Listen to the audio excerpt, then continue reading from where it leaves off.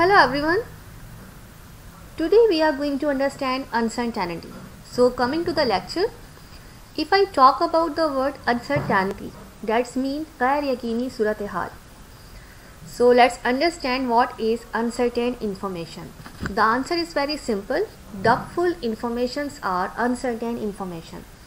In our daily life, you will get so many doubts and its uncertainty.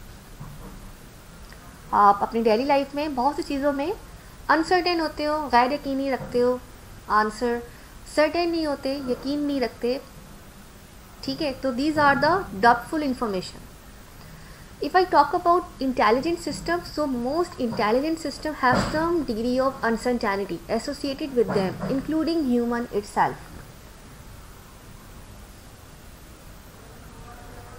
So, what are the causes?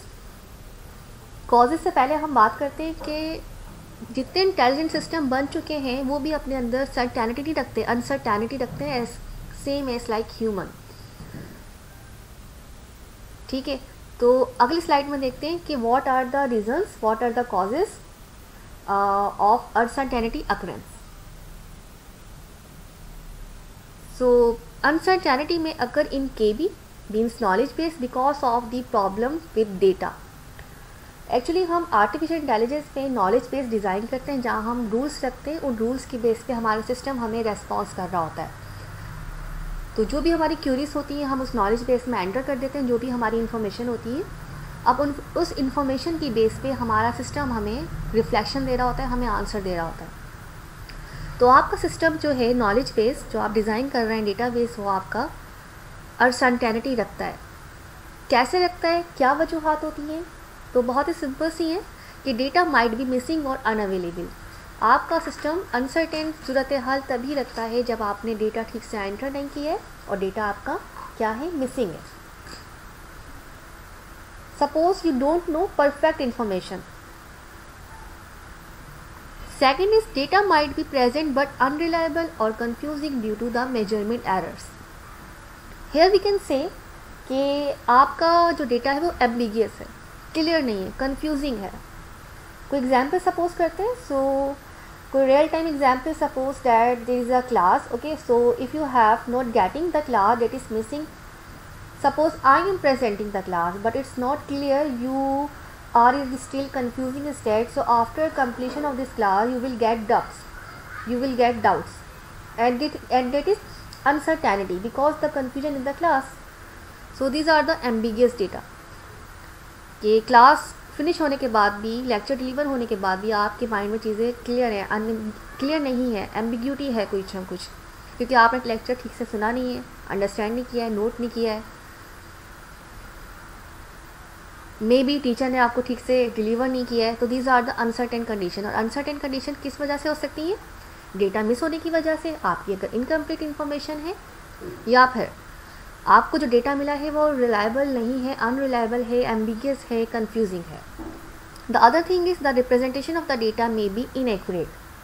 Data inaccurate है, it's not in the good form. Now the other thing is data में just be expert based guesses. Data fail होगा, pass होगा. Data failure होने के कितने chances हैं? इस system के पास होने के चांसेस हैं, एक्सपर्ट गेस नहीं है. डेटा में बी बेस्ड ऑन डिफ़ॉल्ट्स. हम कहते हैं कि data somehow having some default answer. So total 5 regions.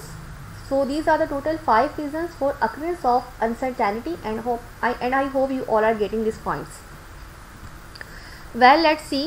To solve this uncertain information we must be concerned with 3 issues. देखते हैं वो क्या है issues. How to represent uncertain data. First question ये रेस होता है कि आप रिप्रेजेंट कैसे करते हो अनसर्टेन डेटा को. तो आप रिप्रेजेंट कैसे करते हो अनसर्टेन डेटा को? आप कोई भी लॉजिकल स्टेटमेंट यूज़ करते हो, एंड की, और की, कोई आप वेरिएबल के थ्रू रिप्रेजेंट करते हो डेटा को, नॉलेज को. सेकंड है कि how to combine 2 or more pieces of certain data. इस चीज़ को हम ऐसे अंडरस्टैंड करते हैं.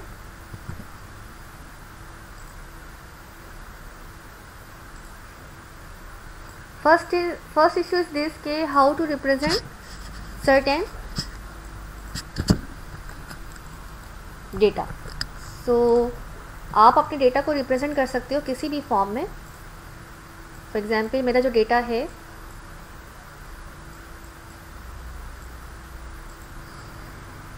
मैंने उसको रिप्रेजेंट किया वेरिएबल्स की फॉर्म में, ए और बी मेरा डेटा है, ठीक है, ये मेरा अनसर्टेन डेटा है। The second thing is how to combine two or more pieces of uncertain data.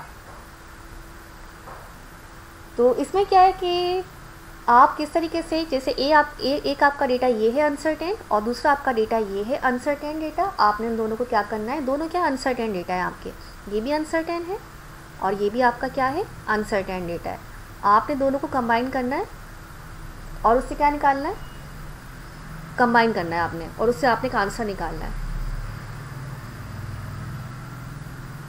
Third क्या है हमारे पास, how to draw inference using uncertain data. पहले मैंने कहा आपसे कि आपने रिप्रेजेंट करना है अनसर्टेन डेटा को, आपने रिप्रेजेंट किया in the form of variable कि कुछ डेटा इस वेरिएबल में है, कुछ डेटा इस वेरिएबल में है। अब आपने कंबाइन करना है दो अनसर्टेन इन्फॉर्मेशन को और फिर आपने थर्ड क्या करना है, प्रोड्यूस करना है कुछ ना कुछ अनसर्टेन डेटा। आपने इन्फेरेंस बताना है। इन्फेरेंस कहते हैं कि आपने दो या दो से ज़्यादा नॉलेज को लेके आपने थर्ड नॉलेज को डिड्यूस करना है। जैसे कि मैंने यहाँ पे कहा कि inference means how to get knowledge, how to get extraction from uncertain data. Example understand करते हैं कोई अनसर्टेन की, सॉरी इन्फेरेंस की, कि फॉर एग्जाम्पल मैंने कहा कि if A is true then B is true. मैंने यहाँ पे एक रिप्रेजेंट किया डेटा को ए और बी की फॉर्म में और मैंने कहा कि if A is true then B is true, but consider situation where we are not sure about whether A is true और not, then we can express this statement this situation called uncertainty. जहाँ आप sure नहीं होते, लेकिन अगर आप sure है कि A is true then B is true, then this is data perfect information. लेकिन जब आप अनश्योर हैं कि इफ ए इज़ ट्रू और not, then we can not express this statement this situation called uncertainty. कुछ और एग्जाम्पल को हम डिस्कस करते हैं कि अनसर्टेनिटी में हम इन्फेरेंस कैसे देते हैं। फॉर एग्जाम्पल मैंने आपसे कहा कि you walk into the room and the teacher talk you to clear your desk and get out a piece of paper and a pencil. तो कुछ आपको इन्फॉर्मेशन दी गई कि रूम में टीचर आया, उसने आपसे कहा कि क्लियर करो डेस्क को, पेपर और पेंसिल निकालो। तो आपने इन्फर ये किया, द वर्ड इज़ इन्फेरेंस। आपको कुछ नॉलेज दी गई, उस पर आपने इन्फर ये किया। क्या इन्फर किया कि you can infer that an assessment will occur soon, कि असेसमेंट होने वाली है, तो एग्ज़ाम होने वाला है, डेट्स वाई टीचर ने कहा है कि डेस्क को क्लियर करो और अपना पेपर और पेंसिल निकालो। ओके जनाब, एक एग्जाम्पल और डिस्कस करते हैं कि फॉर एग्जाम्पल एक कैरेक्टर है, उसके पास एक ब्रीफ केस है। Suppose a character has a briefcase and is taking a ride on an airplane and is late for a meeting. तो एक कैरेक्टर है, उसके पास ब्रीफ केस है और वो राइड ले रहा है एयरप्लेन की, उसके पास, और वो लेट हो रहा है मीटिंग के लिए। तो आपने इन्फर ये किया, आपने उस नॉलेज पे, उस अनसर्टेन डेटा पे आपने इन्फेरेंस ये दी क्या कि you can infer that this character is a businessman. वो जो कैरेक्टर है वो बिजनेसमैन है। तो आप इस तरीके से रिप्रेजेंट करते हो, डेटा को कंबाइन करते हो और फिर आप इन्फर करते हो। The word is inference. तो ये कुछ चीज़ें हैं जो याद रखिएगा कि how we can represent uncertain represent data and how we can deal uncertain issues, जैसा कि यहाँ पे लिखा हुआ है। तो आप क्या करते हो कि आप रिप्रेजेंट करने के लिए अनसर्टेन डेटा को आप कंबाइन करते हो, to or more pieces of uncertain data, फिर आप क्या करते हैं, इन्फेरेंस कंक्लूजन करते हैं।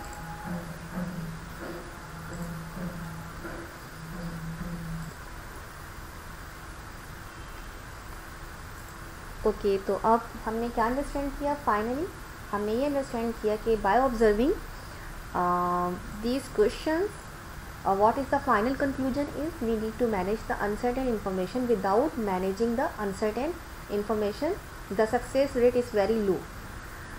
So this is the final conclusion of these 3 questions. Let's see the other slide. Methods for managing uncertain information. तो आपके पास कुछ methods हैं यहाँ पर जो कि आप यूज़ कर सकते हो uncertain information को manage करने के लिए, represent करने के लिए। प्रोबेबिलिटी है जो कि बहुत ही सिंपल सा है कॉन्सेप्ट। बाइसेन बिलीफ नेटवर्क है जिसमें हम डैग यूज़ करते हैं, directed acyclic graph. Temporal models हैं, हिडन मार्कऑफ मॉडल्स हैं, this is Markov by the way. So you can use anyone for representing uncertain information, right? Next देखते हैं. अब कुछ एग्जाम्पल्स हम देख लेते हैं रियल टाइम पे जो है, जिसमें है टिपिकल वम्पस वर्ड एग्जाम्पल, जो कि आपको आपकी बुक में भी दिखेगी. इसमें क्या है, बहुत ही सिंपल सी एग्जाम्पल है, जिसमें इस पिक्चर में एक एजेंट है. इसको मैं यहाँ पे पेस्ट कर देती हूँ, यहाँ पे आपको एक्सप्लेन करती हूँ.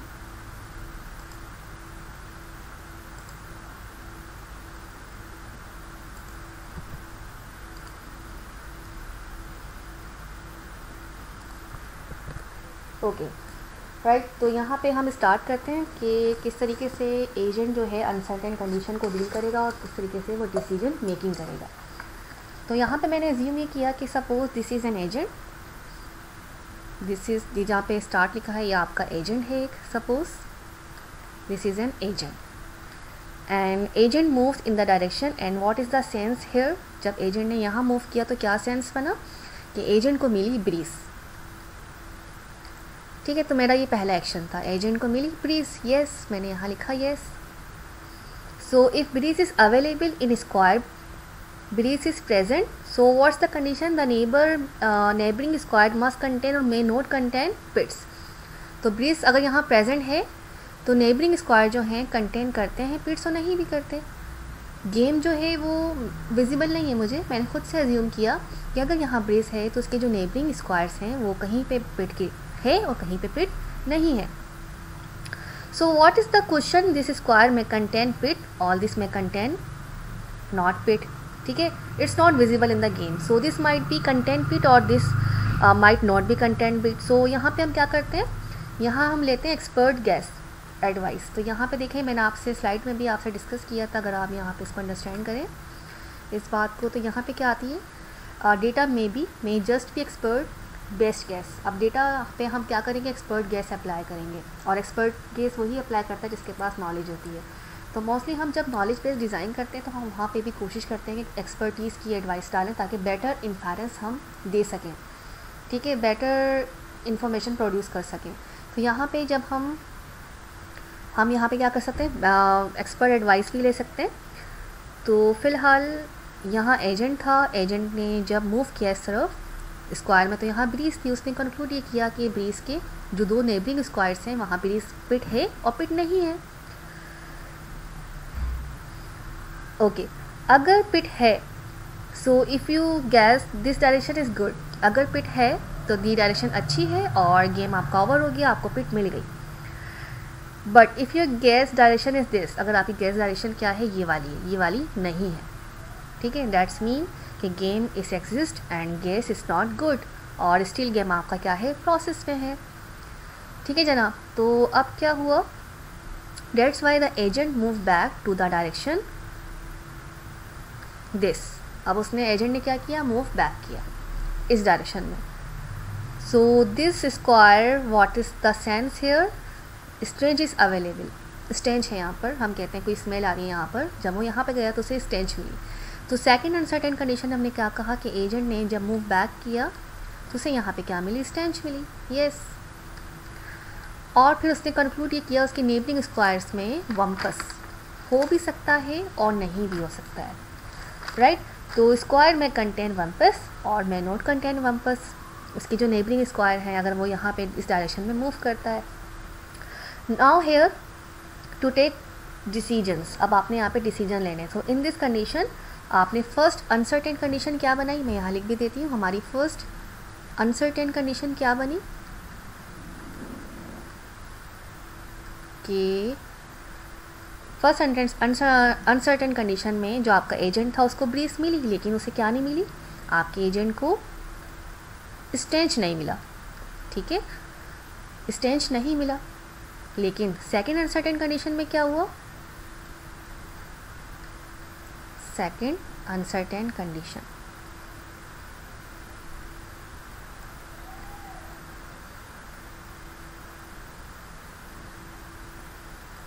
ऑलराइट. तो सेकंड अनसर्टेन कंडीशन में क्या हुआ कि उसे स्टेंच मिला बट उसे ब्रीज नहीं मिली.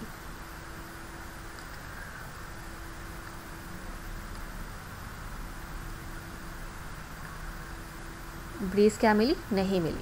सो यहाँ पे उसने दो डिसीजंस लिए. फर्स्ट क्या था कि अनसर्टेन इन्फॉर्मेशन में हमारे पास जो फर्स्ट थी उसमें ब्रीज है, स्नेच नहीं है, और coming to the second uncertain information there is no breeze, तो हमारी कंडीशन ये बनी. So after combining these two uncertain condition, here what you will understand, here there is no pit on wumpus in the square. तो आपने यहाँ पे क्या conclude किया कि यहाँ पे जो है कोई पिच नहीं है और यहाँ पे कोई वम्पस भी नहीं है.